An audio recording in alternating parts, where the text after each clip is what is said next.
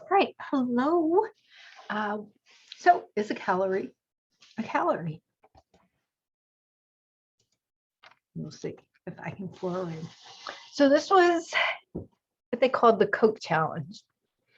And you probably all did this at some time in your adolescence where a friend dared you, how fast could you chug a Coca-Cola or a Pepsi or a Mountain Dew? And probably you could do it in less than a minute. I actually never did that, but my uncle tells a story when he was 10 and he was at a wedding that he ate, like drank 12 sodas. He's 82 now. So the picture is that Coca-Cola has 240 calories, and the carrots, that's how many carrots you would have to eat to consume 240 calories, the same number of calories. So how long would it take to eat the carrots? Well, they actually timed it, and it takes 2.5 hours of constant chewing to eat that many carrots. Apparently, you probably couldn't even do it because your stomach at a point would hit overload. And again, this is all from Dr. Greger's book. It's actually at the very beginning. That's why it's such a low number. All right, carrots are rich in fiber. We're going to talk about fiber actually in week 2. Fiber helps your bowels move. They make your large intestines do what they're supposed to do. So you're supposed to have 2 to 3 bowel movements a day. And our country is considered chronically constipated. So when they look at how long it takes for stuff to get through our bowels, our large intestines, it can take, the average is 36 hours, but some people it's up to a week or a month, which is not healthy. But fiber also, which is interesting, it slows down digestion initially. So it slows down in your stomach and the upper part of your intestines. And so that helps in the absorption of all of the micronutrients because carrots are loaded with them. And this is just the ones that we know about, the ones that have names. And so you can't say carrots. You can't say carotenoids without carrots because that's where the word comes from. And there's a whole bunch of carotenoids. So beta carotene is what most people have heard of. And beta carotene is changed in our body to vitamin A, but it's actually a whole profile of them. And that's why it's called beta, because there's actually an alpha and a gamma and so on and so on. And so eating the carrot, you get much more than any of this. And the picture of the toilet is because the carrot actually does pass through you because of the fiber. The other question is, would it fit in your stomach? But the carrot passes through you. A lot of the other calories, carrots are really sweet. They do have sugar. And just like fruit, carrots, the sugar in carrots, we don't actually really absorb it. If you're eating the whole food, the sugar is actually bound with the fiber. And so it's something like up to 50% of it actually. So we get the vitamins and stuff, our intestines absorbs that, but the rest of the food is with the fiber and it passes through you. And once it hits lower in the intestines and the large intestines, it gets everything moving through fast and pushes through. And yeah, if you eat processed granola bars that have added fiber, it doesn't do the same thing. You have to get the fiber in the whole food to have this effect. And fiber from whole food, whether it's a salad, fruit, beans, that is what feeds your microbiota. And your microbiota is what feeds you. It keeps your brain healthy. It keeps all of you healthy. So we talked about this in the first class, that we are in an obesity epidemic and the amount of overweight, extremely overweight, getting to the point of obesity. So if you look at these graphs, the number of overweight men and women has not really changed since the 1960s. However, the rates of obesity have just skyrocketed. And so what happened? If you look, it was here somewhere around the late 70s, early 80s, where we suddenly see a change in this curve. So what happened? And the other thing is, we have a picture here, in all industrialized countries, the USA is number 1 though. Just get that. We are way ahead of the curve. But all industrialized countries see the same thing. So the question is why? So as people made more money, the people making the money the most affluent actually don't have these issues as much as the people at the lowest end of the income. So the lower income is where we're seeing the issues with obesity. And it's actually a logarithmic function, obesity and diabetes especially, correlation. And so because of how log function works, that downhill means it's actually an uphill. And the blue is 1990. So there was no relationship back then. There was barely a relationship, but now there's this huge relationship between your income and the rates of obesity. Meaning as you have a lower income, you have a much higher rates of obesity. All right, so the question, they asked a whole bunch of people, and the majority of people said it was the changes because we don't get enough exercise. These pictures are, if you have 3 Oreos, it's the same as eating 4 carrots. The carrots are going to fill you up more. If you eat the Twinkies, it's like 10 carrots. And the Twinkies, if you leave them there open, they'll still be there. Probably the Oreos too, after a millennium, apparently. And only 34% of the people responded said it was due to our excessive calorie consumption. And this is the Snickers. Now, Snickers bar has a lot more calories, and that's because Snickers have fat, and fat has more calories. And we'll talk about that when we get to fats and lipids.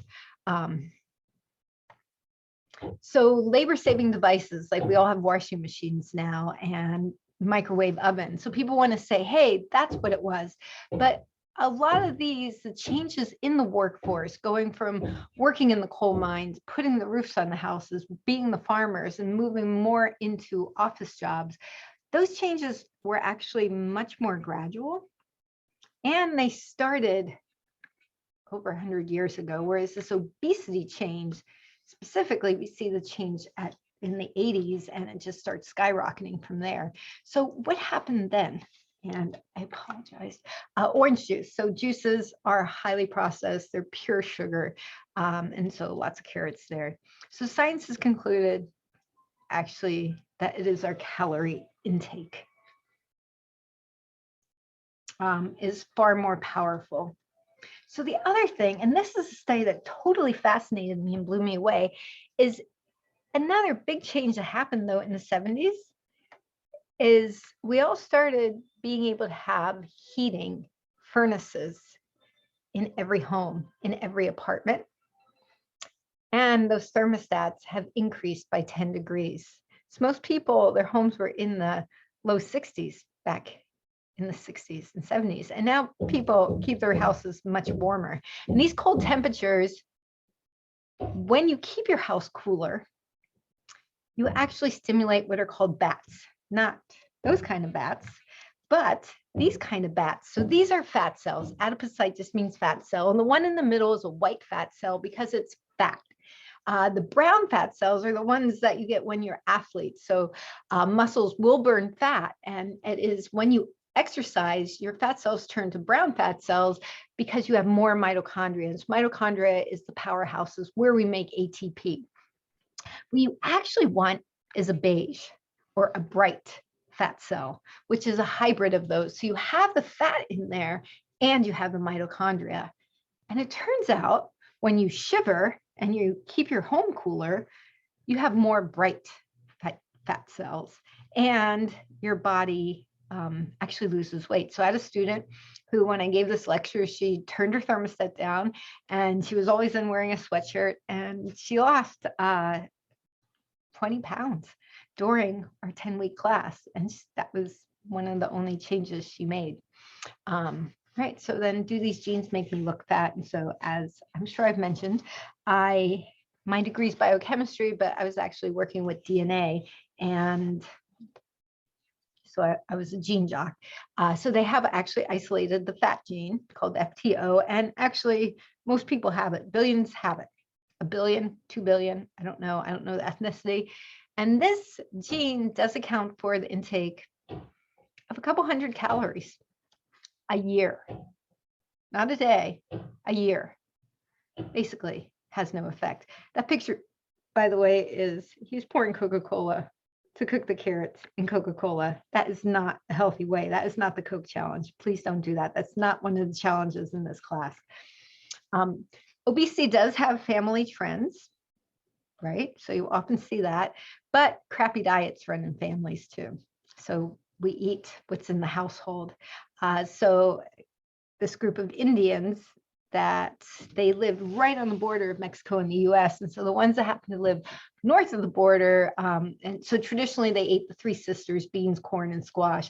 And so the United States around the turn of the century, around 1900, suddenly forced all the Indians that were in the US territory onto reservations and made them eat government sanctioned food.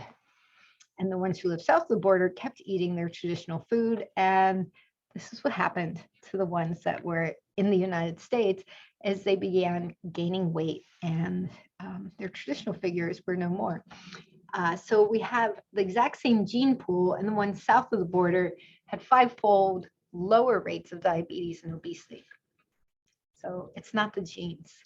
This is a quote from Dr. Greger: the genes may load the gun, but it's the diet and your choices with your diet that determine what happens next. So from 1846, where they lived on the land, were slim and active, to 1902, where the government was taking care of them. And this is, yeah, healthy lifestyles. So the plate looks sad. Do you think it has improved? It really has not. If we look at what's missing today, if we looked at the plate of this diet today, what is missing is all the crap food. That the standard American diet is now pretty much crap. So it's gotten actually even worse. All right, so carrot juice. You're missing the fiber, but you're getting a wow of antioxidants. So the increase in obesity, we've also seen the trend in the increase of our serving sizes. And this led me to want to talk about Fritos and processed food. So I taught a kids class, I still do, and we actually made fires with Fritos. So this was an advertisement, 1932, corn chip business for sale, a new food product making good money. So that is Charles Elmer Doolin, and he needed a new snack to pair with the ice cream to lure customers to a San Antonio shop. So he looked to the one ads. Yes, he was looking for something to pair with this ice cream. And so Gustavo was a Mexican cook who had perfected a recipe for curly chips made by frying corn mesa. So it's called Little Fried. Apparently that's what Fritos means. So Gustavo needed cash to move back to Mexico. And how much did Doolin pay for the recipe? The modified potato ricer used to deep fry the chips and a list of 19 customers. Well, there was our multiple choice, and he paid $100. He pawned his mother Daisy's wedding ring to pay for the recipe. And there's a picture of Doolin's wife at their stand, the original stand. And of course, Fritos took off, and it's like $1 billion now. And their daughter wrote a book about what it was like to grow up. I actually, this outfit, I have a similar outfit from when I was a kid, not back in 1940s, but so mine's probably not worth as much. And so Mama Daisy created recipes to show off the versatility, and it is what the chip is that salty, crunchy. It's that crunch that we all love, and the salty. And so people have made everything Frito meatloaf or Frito fruitcake, anyone. I'm not sure if that was fruitcake. I guess that's meatloaf. It's got corn in it. And then this picture is these really high, from a high-end restaurant that makes Frito waffles with mascarpone, I believe, is the cheese, and warm strawberry compote. So it gives that crunch to both savory and sweet dishes. And then, of course, Taco Bell. Can't have too much of a good thing. And they're not just for dipping, right? So you make enchiladas, taco pie, you can make casserole, you put them on the hot dog, you put them on the pizza. You can make a dessert with them. all so delicious. And of course, you can make fire out of them. And so this is a kids class that I teach, and we are making a fire. And that's my son, Joey. The first time I did this, it blew me away. And these are actually Takis because they are perfectly shaped like little logs. So don't buy kindling. If you go camping, just buy a bag of chips because they're soaked in oil and they just light up really good. You want to buy fresh chips. As the chips get older, the oil actually starts disappearing and they don't burn quite as easily. But so we're roasting marshmallows over them. What the heck, right? If you get to eat in lab, you might as well live it up. We go through the vortex to 1945 when Doolin met Herman Lay. And we all know Frito-Lay in 61. Took him 16 years before they merged. Lay, my understanding is Herman Lay actually was from, I believe, South Carolina, somewhere in the deep South. And so Doolin had one part of the country because he was Texas, and Lay was pretty much controlling the whole East Coast. And so they are now a whole aisle in our supermarket, possibly 2 aisles. And by 1979, it was $1 billion a year. I have no idea how much they're worth now. Now, this is fascinating. Doolin actually worked with Texas farmers to develop a special hybrid corn variety that gave a perfect flavor when he turned it into Fritos. There was actually at Disneyland, one in California, when you first walked in, there was a Fritos restaurant. All they served were things made with Fritos. And another fascinating fact was Doolin was a strict vegetarian. He ate very little fat or salt. He occasionally brought home Fritos that hadn't yet hit the salting stage of the factory's assembly line. So his kids never actually ate the real thing. And he himself never ate them. So his kids could never get the ones that had been deep fried and had all the salt. Or maybe it was after deep frying. Doolin imagined them as just a handful, as a served with soup and salad as a compliment. He never imagined people would be eating the whole bag. So you ate the whole bag. Here's our serving. At the very top, I do have my laser.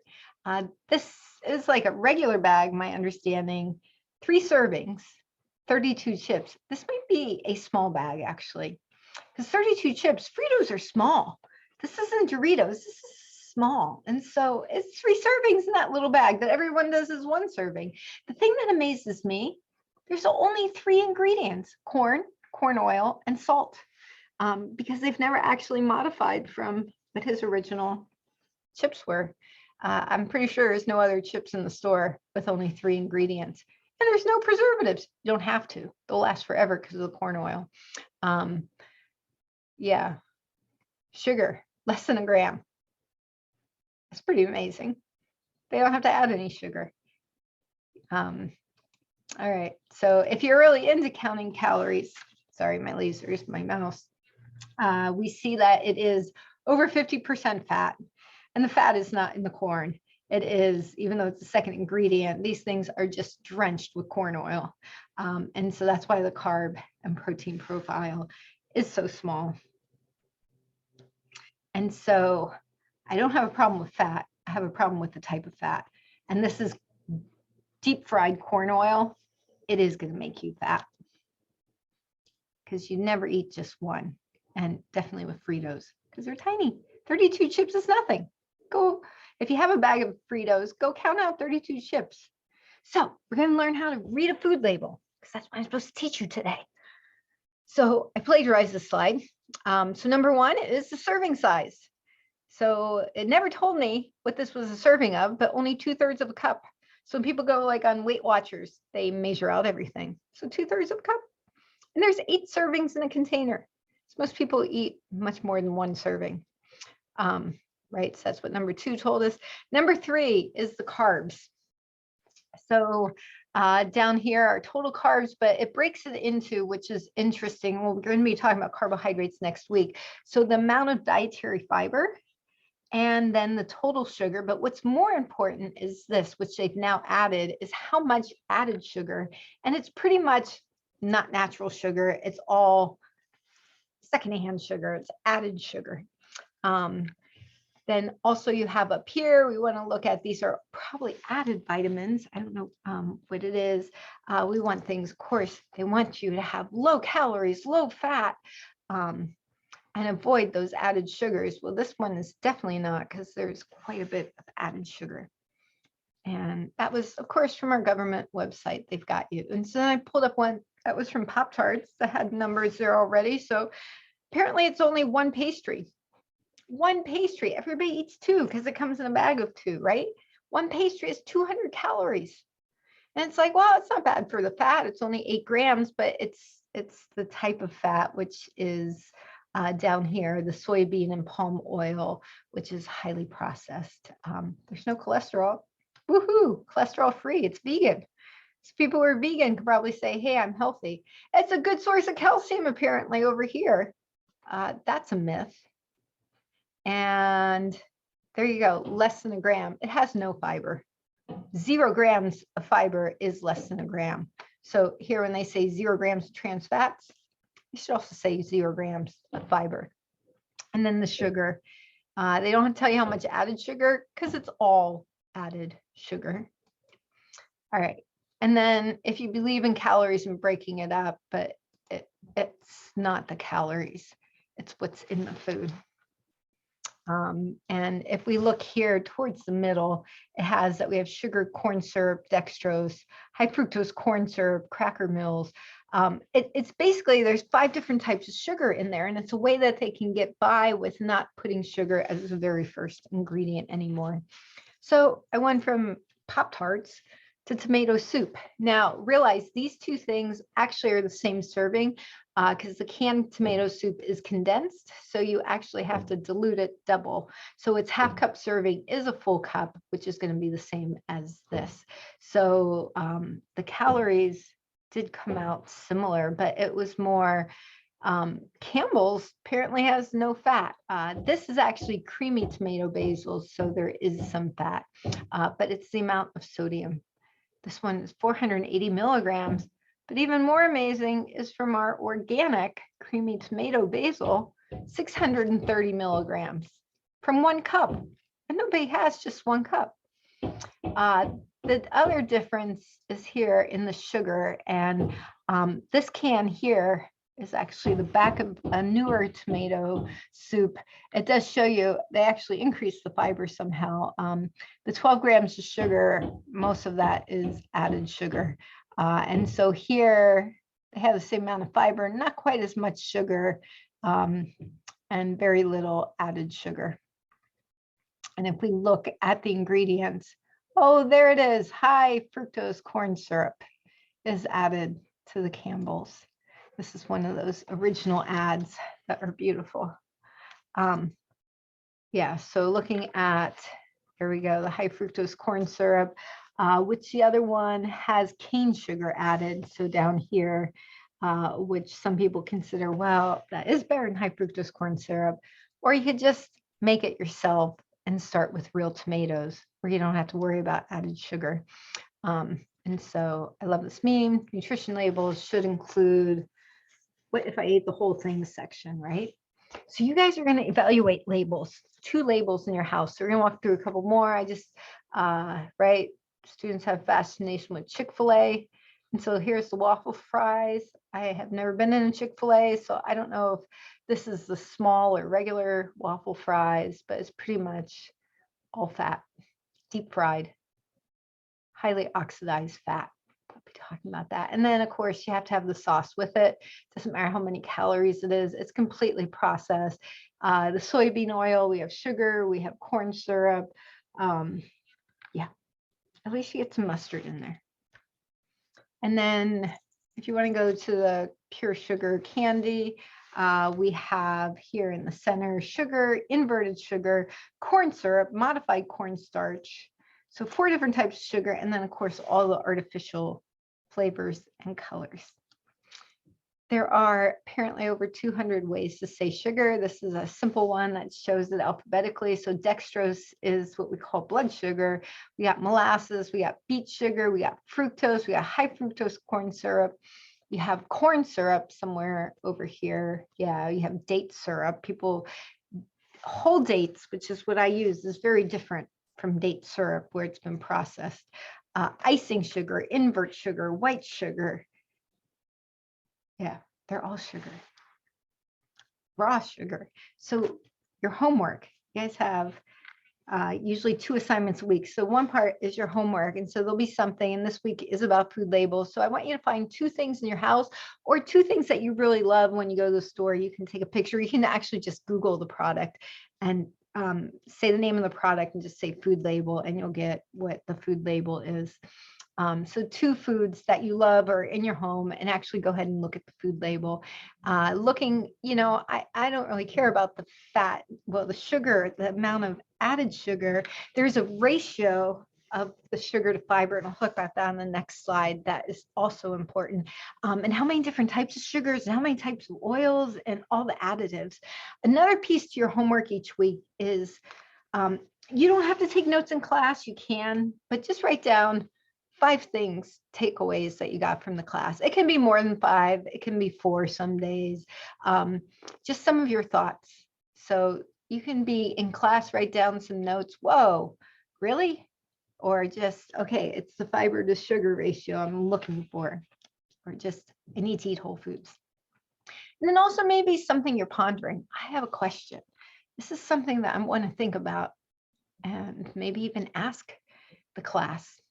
It's just a reminder, your 3-day food journal is due this week, our pre-journal, and you can have as much fun with it. You can just write it out, you can draw pictures, and then, you also want to include a paragraph with your 3-day journal that tells me your thoughts. So it might be that, I've been on this journey for 10 years and my diet's beautiful. I'm really proud of myself. Or it might be like, I got a way to go. Don't be hard on yourself.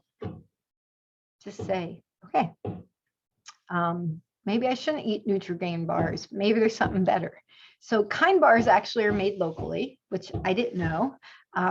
There's some issues here. They're really high in fat, but the reason they're high in fat is if you look here, their first 2 ingredients are nuts, almonds and peanuts, which actually give you the fat. So it's actually a healthy fat, very different from palm kernel oil is not the best choice here, but in the other one, I can't find the fats right now, but it's a highly processed seed oils is what they call them. So sunflower seed, canola oil, and all those things.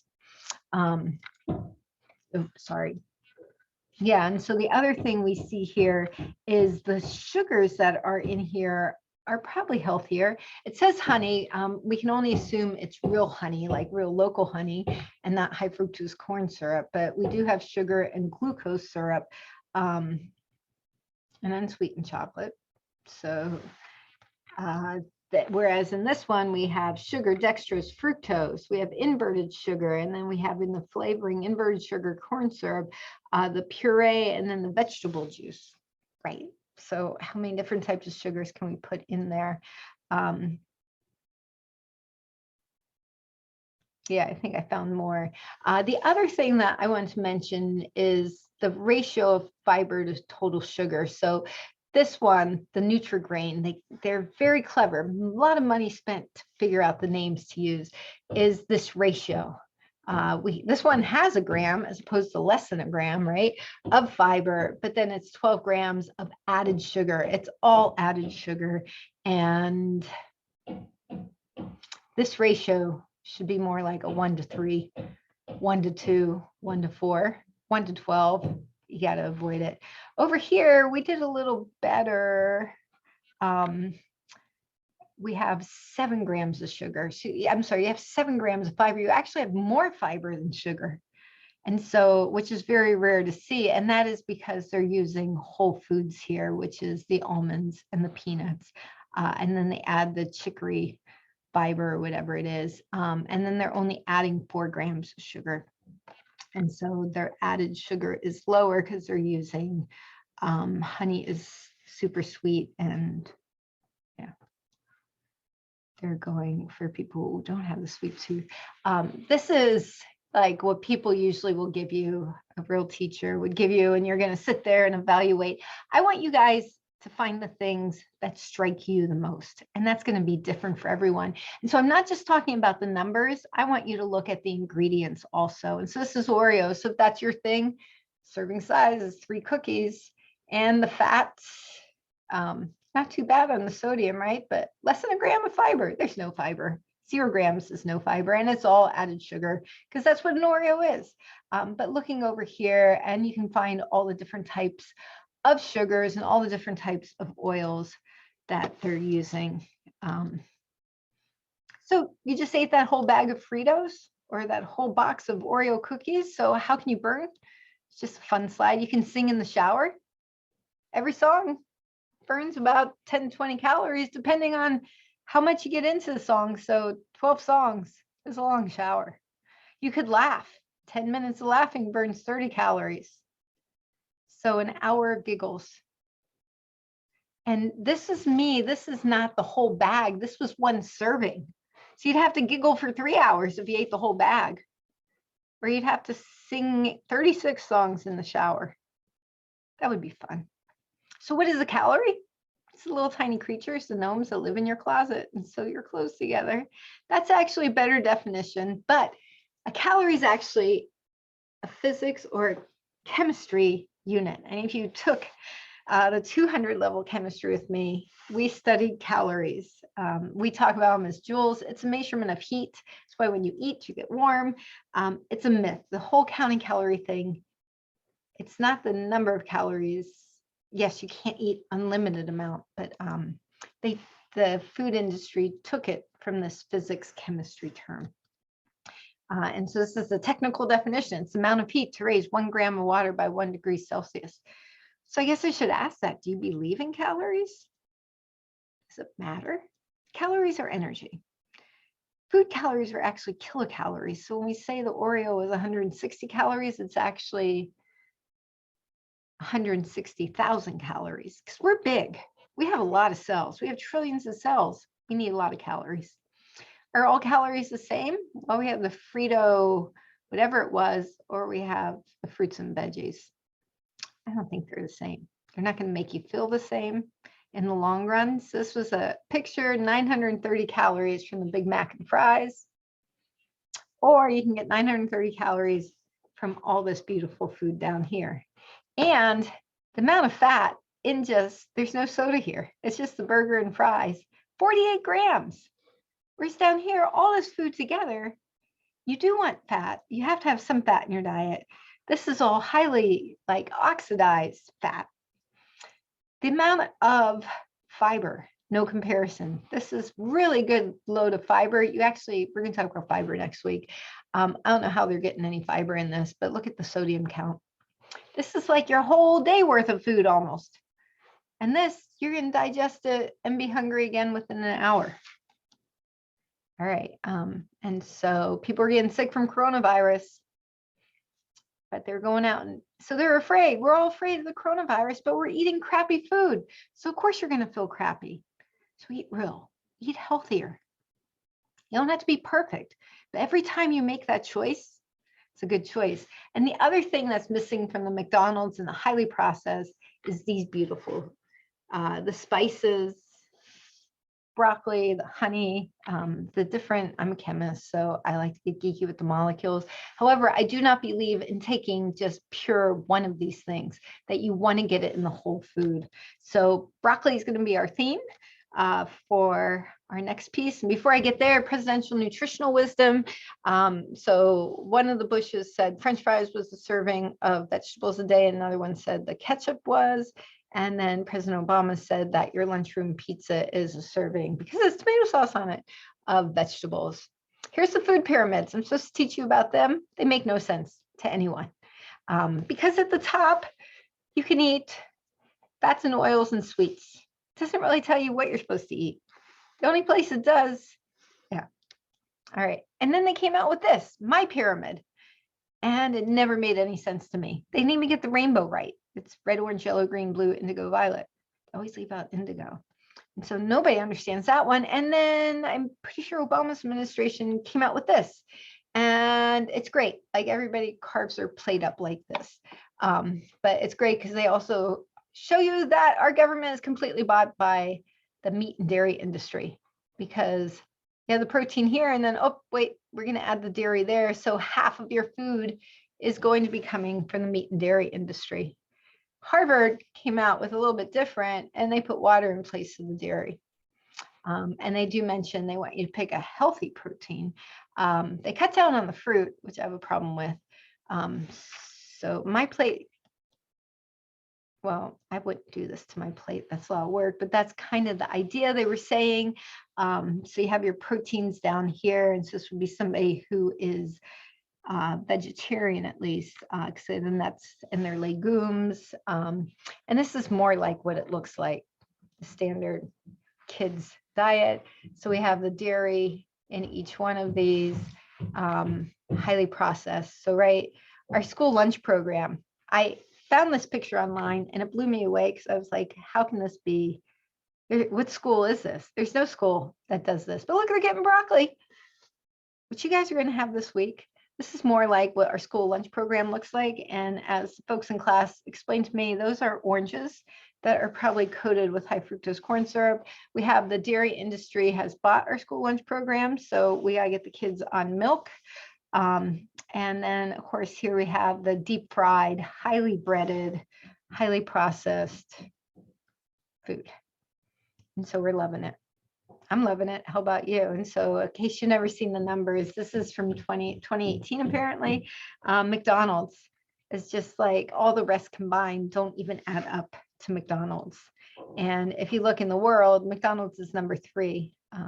Only things above it were Amazon, which its numbers have got to be double, because this is 2020 before COVID.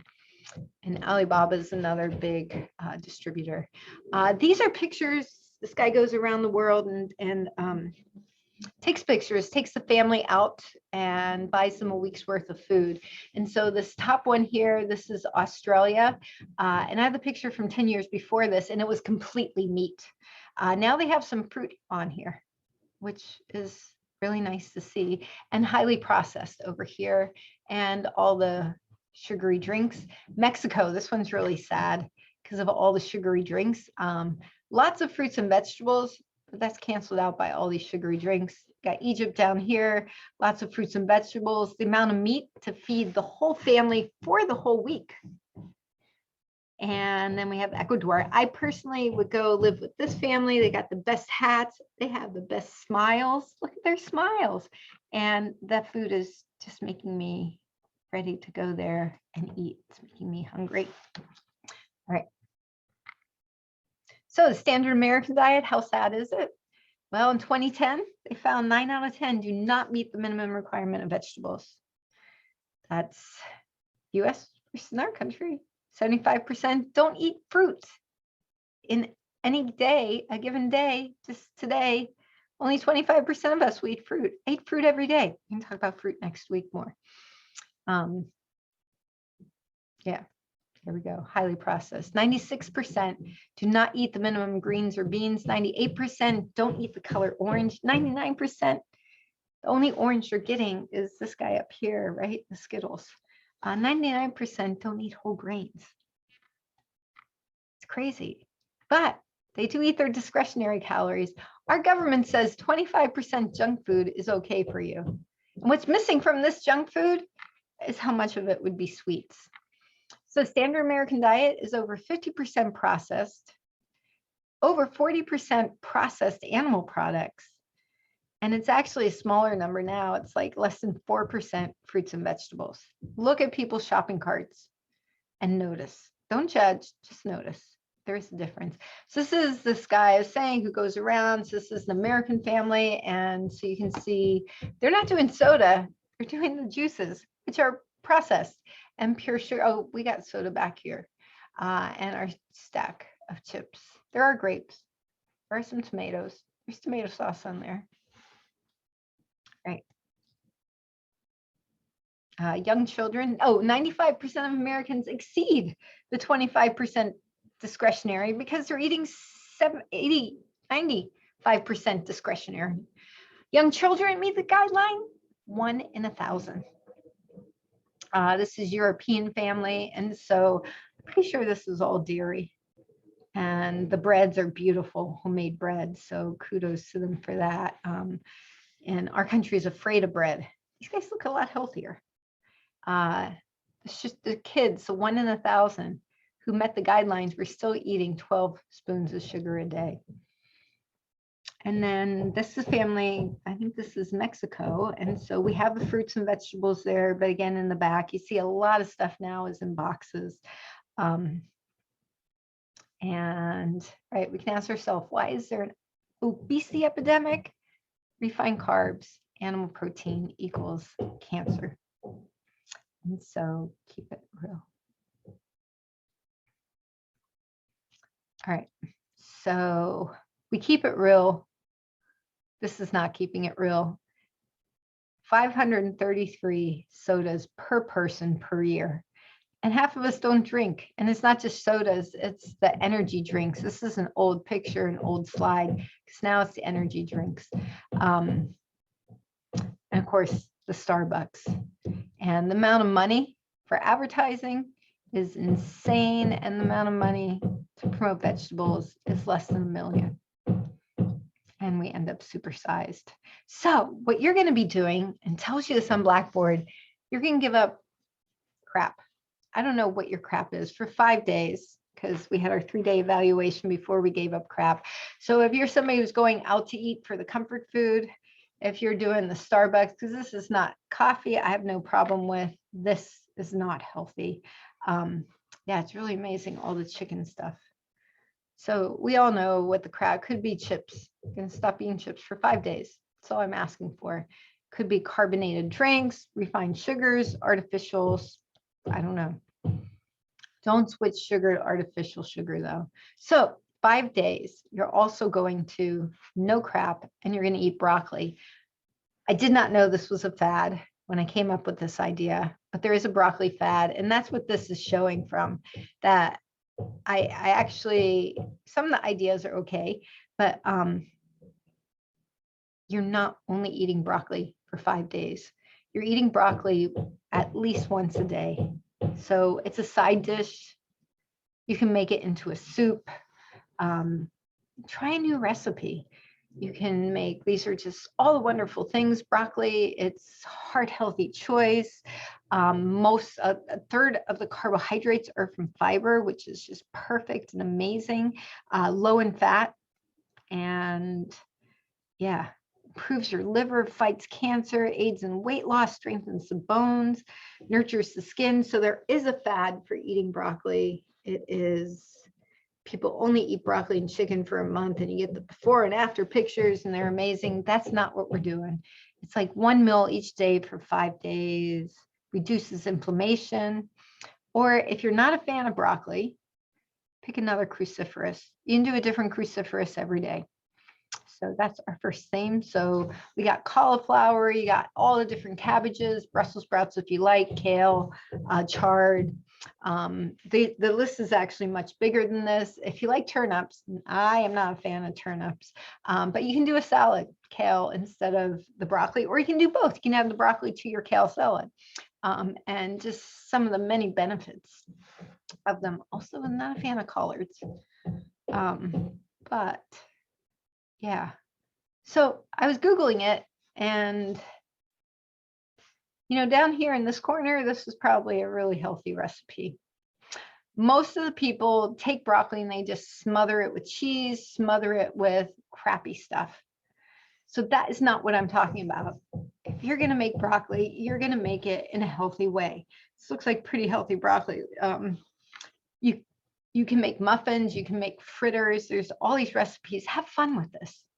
Or you can just dip it into hummus, or just add a few pieces to a salad. I don't know. You're not eating it every meal. You're eating it 1 time a day.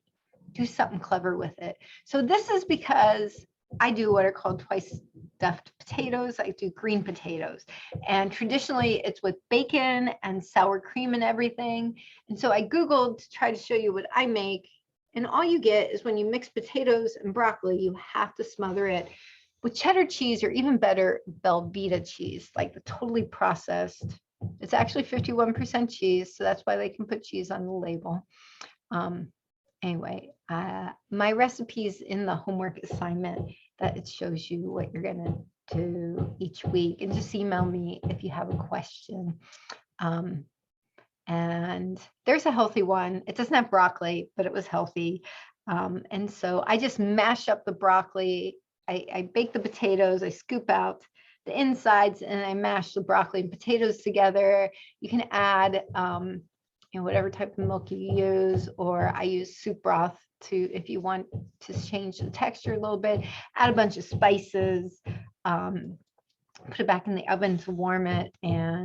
Or you can make the Mexican baked potato, which is black beans, tomatoes, and broccoli. So again, it's not broccoli every meal.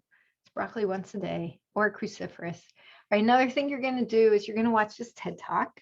The link is actually on Blackboard, so you can just click on the link. He's actually very charismatic. It's 12 minutes. And I just talked too long in class, so we didn't watch it in class. But, and then you're just going to write your thoughts, what he talks about. I actually have not watched this for 2 years, but I remember somehow it came up when I was doing something and it really struck me. And so it's in my notes. And I've just talked too much, so I've never gotten to watch it with the class. So it's 12 minutes, you watch it and just write a paragraph on your thoughts about it. And then, sorry, I'm not going to watch it. You're also going to try and find an article about broccoli and health. Just Google broccoli and, I don't know, a condition you might have somebody in your family. How does broccoli help heart health? How does broccoli help arthritis? And you'll get a hit and you just read the summary and then write your thoughts about it. And it tells you all this on Blackboard. These were my thoughts, the article I read. So why broccoli and all the cruciferous vegetables are considered one of the superfoods is they have this molecule down here in the left. And this molecule, glucoraphanin, is heat sensitive. It's unstable. When you cook them, you lose the molecule. But this was not the super molecule. This guy is the super molecule, sulforaphane. Can't get in a pill, has to come in the food. But this has to break down to that. So you need this enzyme. So this disappears with heat, as does the enzyme, right? So we need somehow to get to this before you start heating it. And all you have to do, oh, by the way, some of the things why sulforaphane is a superfood is it deregulates a whole bunch of genes, decreasing cancer. So even once people have cancer, it's a superfood. It increases tumor suppressor genes. And when you chop it, it stimulates this enzyme, stimulates this process. And within 40 minutes, it's all sulforaphane. Sulforaphane is not changed by heat. And so you can then cook your broccoli. So you have to get in the habit of doing the chopping, getting things ready, and then go meditate or pray for 30 minutes, and then come back and finish. Or go and write your little recipe up that you're gonna do. Or when you chew your food. So it's why you need to chew your food. Also, if you cook the broccoli, you don't have a lot of time, you can't wait 40 minutes, and you eat it with a salad that has kale or collards, if you like collards in it. The kale or collards that are raw in the salad have this enzyme, and this enzyme will work on the cooked food that is the cruciferous vegetables. So if you're eating in the same meal, the salad with the cooked broccoli, it actually will do the job for you. Also, something else that has this enzyme is mustard. So in traditional Indian cooking, they always use mustard seed, and so who knows? And they're very healthy. All right. And so you are what you eat.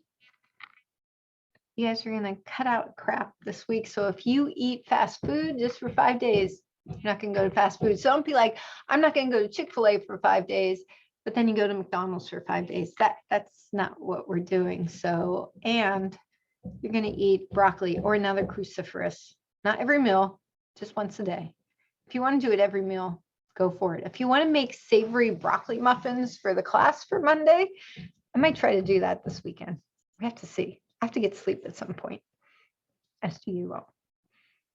And so kids, especially if you have kids in your life, kids actually do gravitate towards vegetables.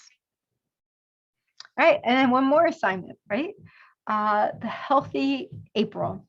So April starts this Friday, and so I want you to make a change. So you could do what you're giving up. You could do the broccoli for the whole month, or the cruciferous, broccoli and cruciferous. I think doing broccoli every day would be, you could definitely do it because there's so many varieties. So you could decide to eat legumes, beans every day. You could be eating fruit, 3 pieces of fruit every day. Eat a salad. Eat the rainbow every day. That's a tough one. Might be for the next one. Or you can cut out the crap. So if you're doing fast food, no drive-throughs for 33 days. Yeah. All right. At the end of the month, you'll write what you did, your thoughts, what happened, how it went. And I think that's it.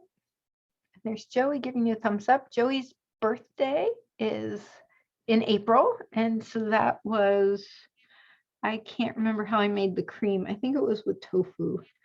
And then lots of fruit and stuff. So last year, somebody else made him a fruit cake. They actually cut a watermelon into a shape of a cake, and then it was extremely gorgeous. And eat more veggies. That is our motto for today. And thank you for listening, and I will see you next week. If you have questions, just email me. The assignment's on Blackboard, and have a beautiful weekend.